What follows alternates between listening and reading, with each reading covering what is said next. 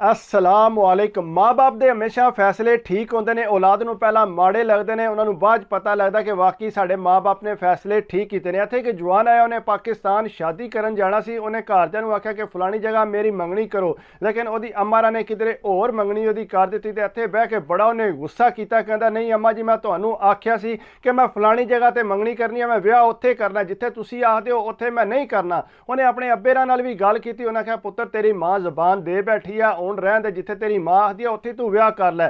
वो जनाब मनदा कोई नहीं सी, ते मुड़िया भी ढेर समझाया, चल छड़ दे, जिस तरह तेरी अम्मा री आखदे तू उस तरह गल मान लो। आंदा नहीं मैं पाकिस्तान ही नहीं जाना, मैं शादी को नहीं करनी। वो जनाब फिर मजबूर होकर फिर पाकिस्तान गया, जाके उन्हें शादी की जिथे उसकी अम्मा चाहती सी। जनाब उत्थे उसकी शादी हो गई, जिसे शादी होकर 3 महीने बाद वापस आया। कोई थोड़ा जिहा अरसा गुजरता गया, मुड़िया पूछया कि गल है, तू दूसरी शादी करानी है? वो कहता आहो मैं शादी लाजमी करनी है, शादी लाजमी करनी है। तकरीबन 2-3 साल गुजरे, उन्हें जनाब जी जनानी नाल नहीं सी राजी, उन्होंने इत्थे बाहर बुला लिया। जिसले बाहर आई वो मुड़िया सारे ने आख्या यार तू तो आखना है कि मैं इनू बुलाना ही नहीं, मैं तो दूजी शादी करनी है, फिर इन्हू तू बाहर बुला लिया। नहीं यार अम्मा री मगर लगे सी, कहते इनू लै जा बाहर, तो इस वास्ते मैं बाहर लैंदा, उन्होंने गल मन्नी है। थोड़ा जिहा अरसा गुजरिया तो मुड़िया च बैठे आ, कहता जितनी मेरी जनानी चंगी है किसी की चंगी होनी को नहीं। हाँ यार ऐ ही तो है जिन्होंने आखना है कि मैं दूजा विआह करना, इनू रखना नहीं है। उन्हें आख्या यार मेरी गलती सी, मैं अज मन गया कि माँ बाप के फैसले बिल्कुल ठीक होंगे ने। कहता यार जो को मेरी अम्मी रा मैनू गल सुनाई है ना, तो मैनू सुन के बड़ा ही दुख होया, तो मैनू हमदर्दी भी हो गई सी, मैं कदे उन्होंने झिड़किया भी नहीं। कहते फिर भी क्यों हमदर्दी हो गई है तेनों? कहता यार ये सी जिन्हां दे घरों असां कीते उन्हां दी सकी धी नहीं सी है, उन्हां दी भैन दी कुड़ी सी, ते भैन फोत हो गई सी, उन्हां दे संभालण वाला कोई नहीं सी, इन्हां अपने घर लैंदी सी वो कुड़ी। जिसले वो घर लियांदी ने लिया के ते उन्होंने पालते रहे ने, ते अगों जो खाण पीण घट दिंदे सी, ज़्यादा उन्होंने इस्तेमाल करते सी काम वास्ते। आप उन्हां दियां कुड़ियां बाहर होंदियां सी, जिहदे नाल मैं विआह करना सी वो भी उन्हां दी कुड़ी सी। कहना पर उन्होंने बहुत ज़्यादा तंग करते होंदे सी, लेकिन यह है कि उन्होंने इतना दर्जा नहीं सी दिंदे, पढ़ाई उन्होंने कोई नहीं सी ने करवाई, बड़ी जायल जी कुड़ी सी, मैं इस वास्ते उन्होंने पसंद नहीं सी करदा। कहना मेरी अम्मी री गे ते रिश्ता दूजी वास्ते पुछना जिहड़ी मैनू पसंद आई, लेकिन अम्मी रा जिसे तकिया कि वो कुड़ी उन्हां दे घर विच है, ते शक्ल सूरत दी भी सोहनी है, लेकिन पढ़ी लिखी कोई नहीं सी। कहता मैनू पढ़ी लिखी पसंद आई, मैं नहीं चाहता कि मैं उहदे नाल शादी करा, लेकिन कहता अम्मी री उत्थे बैठे जिस कुड़ी नाल मैं करना चाहता, कहते वह मंजी तो ही नहीं उठी, उत्थे बैठी रही। तो जिहड़ी कुड़ी उन्हें रखी है घर, वो गई जाके उन्हें चाह शाह बनाई, पानी शानी लैके आई, कोल बैठी, टेबल शेबल साफ किया। कहते जितनी बारी मेरी अम्मी री गे ने ना, उस कुड़ी नूं कम करदे तकिया तो इंज लगता कि बड़ी फरमादार कुड़ी है। कहता अम्मी री उत्थे बैठे सी, गल ला के दूजी दी होई सी जिहदे नाल मैं करनी सी। कहता अम्मी री चेंज हो गई, उन्हें आख्या बाजी गल सुनो, असीं चाहते हैं कि तुसीं सानूं इह कुड़ी दे दिओ। उन्हें आख्या जी ना ना तुसां साडी कुड़ी दी गल कीती है, इहदे नाल ही करांगे। उन्हें आख्या नहीं सानूं तुहाडी कुड़ी नहीं ऐ पसंद है। उन्हें आख्या नहीं इंज नहीं हो सकता, हुण ये जिहड़ी है ये विआह भी नहीं करना चाहती। उन्हें बेचारी ने की आखना सी, उन्हें कोई गलबात ना की।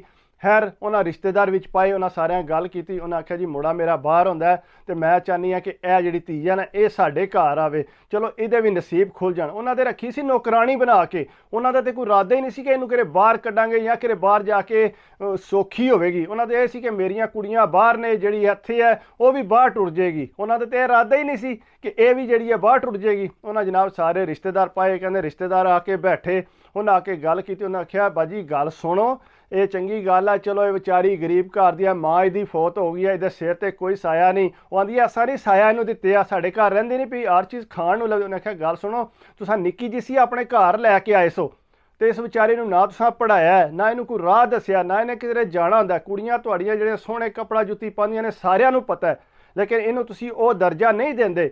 हुण जे इहदे वास्ते ये चाहते ने शादी करना, तो तुसीं जिहड़ा इहदा निकाह इन्हां नाल कर दिओ। उन्हें आख्या जी असां देनी नहीं कुड़ी, जो मर्जी कर लो, हुण साडी बेइज्जती हो गई है, पहला साडी कुड़ी तुसां पसंद कीती है, हुण तुसीं उहनूं रिजैक्ट करके ते तुसीं इहदे नाल करना चाहते हो। वो जनाब सारे रिश्तेदार विच पे। उन्हें आख्या नहीं जी ये जिस तरह आखदी है ना बाजी उस तरह ही करो। वो जनाब फिर इंज होया कि जिहड़ी कुड़ी उन्हें घर रखी सी, सारे रिश्तेदारां दे दबाव तो बाद जिहड़ा उस कुड़ी नाल मुड़ा कहंदा मैं जिसे पाकिस्तान गया, कहंदा यकीन करो 10 दिन तो मैं उहदे नाल गल ही कोई नहीं कीती। कहंदा जिसले मैं तकिया घर दे उठ के काम ला पई, कहंदा मेरियां भैणां भी जिहड़ियां ने वो भी नहीं सी काम करदियां घर दे। कहंदा वो उठ के जिहड़ा काम करन ला पई, सारा घर संभाल लिया। मेरी अम्मी दियां राती लत्तां दबा के सौंदी सी, इतनी ज़्यादा खिदमत करदी सी। कहंदा मेरे अगे सिर चुक के गल नहीं सी करदी। कहंदा मैं तकदा रहा कहंदा आस्ता आस्ता 10 दिनों बाद जिहड़ा ना मैं अपनी जगह ते आ गया, मेरा ज़हन चेंज हो गया सी। कहंदा फिर मैं महीने की छुट्टी गया सा, मैं 3 महीने रहा घर।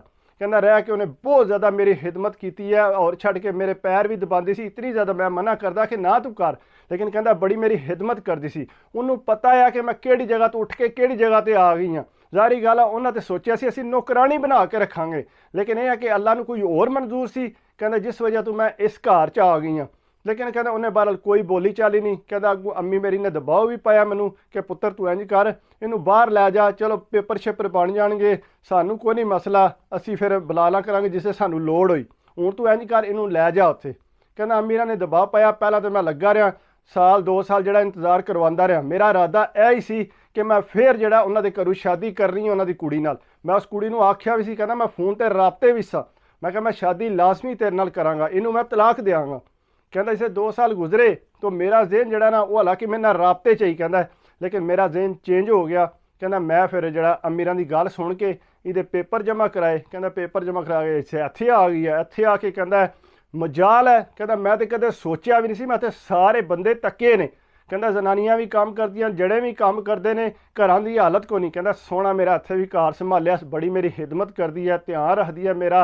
वो आंदी है जे मैनूं काम लवाना तो लवा दिओ, मैं तुहाडी मदद करना चाहनी हाँ। लेकिन मैं उन्होंने आख्या कि तेरे काम करने की ज़रूरत नहीं है। कहता इस वास्ते दिल बड़ा खुश है उहदे तू। मैं यही सोचना कि यार माँ बाप ने मेरे वास्ते फैसला कितना सोहना कीता सी। मैं तो सोचिया भी नहीं सी कि शायद यार मैनूं इस तरह की बीवी लभेगी। कहता वो पढ़ी लिखी लभ जाती, उहदे ते नखरे ही बड़े सी। वो कहती सी जे मैं बाहर आई तो मैनूं पैरिस लैके जाना है, तो मैनूं इत्थे फलानी जगह लैके जाना, असीं फलानी स्विट्जरलैंड जाएंगे। कहते इस तरह दी गल्लां करदी सी, बड़ियां बड़ियां गल्लां करदी। इन्हें कदे कोई गल नहीं की, कदे फरमैश नहीं की, कदे इन्हें नहीं आख्या कि मैं कोई इत्थों कपड़ा जुत्ती लैना। कहता वो छड्ड के जिसले मार्केट लैके जाना ना, उत्थे जाके कैलकुलेटर मारन लग पैंदी है। कहती है कि यह रेट है तो पाकिस्तानों तो चीज़ इन्ने दी लभदी है। कहती वो अपने कपड़ा जुत्ती जी है पाकिस्तानों मंगाती है। मैं उन्होंने मना करना कि तू इत्थों लै लै, है ही असीं इत्थे कमाने, इत्थे ही लाने ने। वो कहती है नहीं, मेरा कपड़ा जुत्ती तुसीं पाकिस्तानों मंगाया करो। कहता अपना कपड़ा जुत्ती पाकिस्तानों मंगाती है, चलो सस्ता पैंदा।